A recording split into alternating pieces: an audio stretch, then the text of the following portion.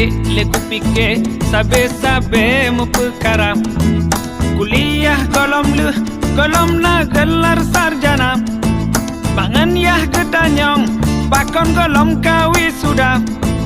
Dosen tanyong pajan skripsi ka bapa dumka. Bercewek ngan adik letting nyak deh dinging mentang muda. Ku Mr. Krut sabe bek de mahasiswa tuha. Jauh kampus jareng bek mete mengkawan lama. Takut cita nyong pulang